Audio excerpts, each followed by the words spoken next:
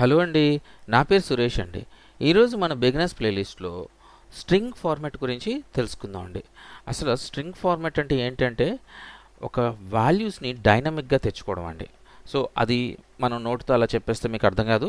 So నేను చేసి చూపిస్తాను, మీకు క్లియర్గా అర్థమవుద్ది. ఓకే, సో మన దగ్గర ఒక రెండు వేరియబుల్స్ ఉన్నాయనుకోండి. For example name equal to okay Suresh single quotes ఇవ్వాలి, స్ట్రింగ్ కాబట్టి. Okay, age equal to 30. So ఇంటిజర్కి కోడ్స్ అక్కర్లేదు, ఇలా ఇచ్చాను. ఇప్పుడు ఈ రెండు మనం ప్రింట్ చేయాలి. సో ప్రింట్ చేయాలంటే ఏం చేస్తామండి? సో డైరెక్ట్గా ప్రింట్ చేసేయచ్చు. ప్రింట్ నేమ్ కామా ఏజ్ వచ్చేసింది, సురేష్ 30. కానీ ఇదే ప్రింట్ మనకి ఎలా ప్రింట్ చేయాలి అని అంటే my name is Suresh and I am 30 years old అని రాయాలనుకోండి. ఏం చేస్తాం మనం? ఇక్కడే మనం ఇలా డబుల్ కోట్స్ పెట్టి కంటెంట్ రాసి, కంటెంట్ ఏంటండి? మై నేమ్ ఈజ్ అని చెప్పిన తర్వాత ఇక్కడ కోమా పెట్టి మళ్ళీ ఏజ్ తర్వాత ఓకే మళ్ళీ డబుల్ కోట్స్ పెట్టుకుని దాంట్లో డబుల్ కోట్స్ తర్వాత దాంట్లో ఏం చేస్తాము? అండ్ ఐ యామ్ తర్వాత ఏజ్ వచ్చింది. సో ఐ యామ్ ఏజ్ అని తర్వాత కోమా పెట్టుకుని మళ్ళీ డబుల్ కోట్స్ పెట్టుకుని ఇయర్స్ ఓల్డ్ ఇలా రాస్తాం కదండి. చూడండి ఎంత లెందీ ప్రాసెస్. సో మనకు రన్ చేస్తే my name is Suresh and I am 30 years old వచ్చేసింది. కాకపోతే ఏంటంటే ఎంత లెందీ ప్రాసెస్ చూసారు. నేను ఇక్కడ డబుల్ కోట్స్ పెట్టుకోవాల్సి వచ్చింది, ఇక్కడ డబుల్ కోట్స్ పెట్టుకోవాల్సి వచ్చింది, ఇక్కడ డబుల్ కోట్స్ పెట్టుకోవాల్సి వచ్చింది. సో ఇదంతా లేకుండా ఇంకో రకంగా రాసుకోవచ్చు అనమాట. ఎలా రాసుకోవచ్చో నేను చూపిస్తాను చూడండి. ప్రింట్ ఓకే ఇక్కడ ఎఫ్ అని పెట్టండి. మీరు ప్రింట్ చేసే ముందు ఏదైనా సరే ఫార్మాట్ చేయాలి అనుకుంటే ఎఫ్ అని పెట్టి తర్వాత డబుల్ కోట్స్ పెట్టుకుని ఆ డబుల్ కోట్స్లో మీరు ఏ కంటెంట్ అయితే రాయాలనుకుంటున్నారో ఆ కంటెంట్ అని రాసేసి ఎక్కడైతే ఈ వేరియబుల్ని కాల్ చేయాలనుకుంటున్నారో కర్లీ బ్రాకెట్స్ పెట్టి ఆ వేరియబుల్ నేమ్ ఇచ్చేయండి. ఆ వేరియబుల్ నేమ్ ఏంటండి? ఫస్ట్ వేరియబుల్ నేమ్ ఏంటండి? నేమ్. సో నేమ్ కాబట్టి ఇక్కడ నేమ్ రాసేసాను.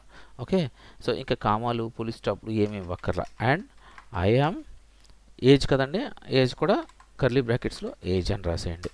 రాసేసి ఇయర్స్ ఓల్డ్ చూడండి ఇక్కడ. సో ఇక్కడ నేను పెట్టిన డబుల్ కోట్స్ రెండే తీసుకున్నా. ఫార్మాట్ అనడానికి ఒక ఎఫ్ అనేది తీసుకున్నాను. ఓకే, సో ఇప్పుడు దీన్ని రన్ చేద్దాం. పైదాన్ని కామెంట్ చేశాను చూసారా. My name is Suresh and I am 30 years old. Okay, so అలాగ నేమ్ని మనం ఏది కావాలంటే అది మార్చుకోవచ్చండి. సో గణేష్ అన్నాను అనుకోండి, గణేష్ మారిపోద్ది. అలాగే ఏజ్ కూడా మార్చేయాలంటే ఏజ్ కూడా మార్చవచ్చు. సో ఇలాగా వాల్యూస్ని ప్రింట్ చేసేటప్పుడు డైనమిక్గా వచ్చిన ప్రతి వాల్యూని మనం ఇందులోకి ఇన్సర్ట్ చేయొచ్చు అనమాట అండి. ఈ డబల్ ఇది మనం కర్లీ బ్రాకెట్స్లోకి. ఓకే, సో ఫార్మాట్ చేసినప్పుడు ఈ కర్లీ బ్రాకెట్స్ యూజ్ చేస్తే రావచ్చు అనమాట.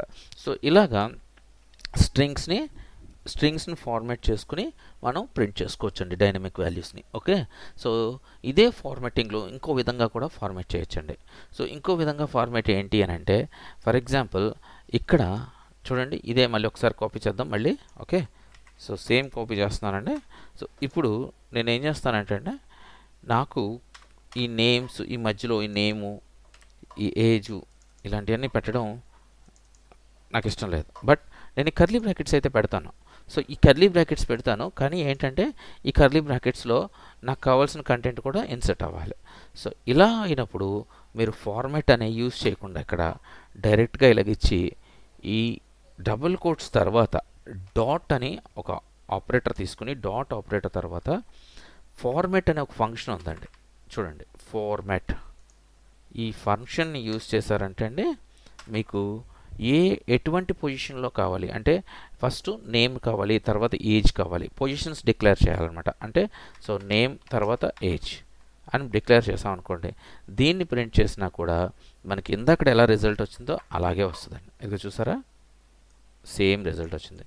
ఇక్కడ మీరు ఒకటి గుర్తుపెట్టుకోండి, ఒకవేళగా నేను ఈ పొజిషన్ని ఫస్ట్ ఏజ్ ఇచ్చి తర్వాత నేమ్ ఇచ్చాను అనుకోండి, ఓకే, అప్పుడు పొజిషన్ మారిపోద్దండి. చూసారా, my name is 35 and I am Ganesh year old. So అలా మారిపోతూ ఉంటుంది అనమాట.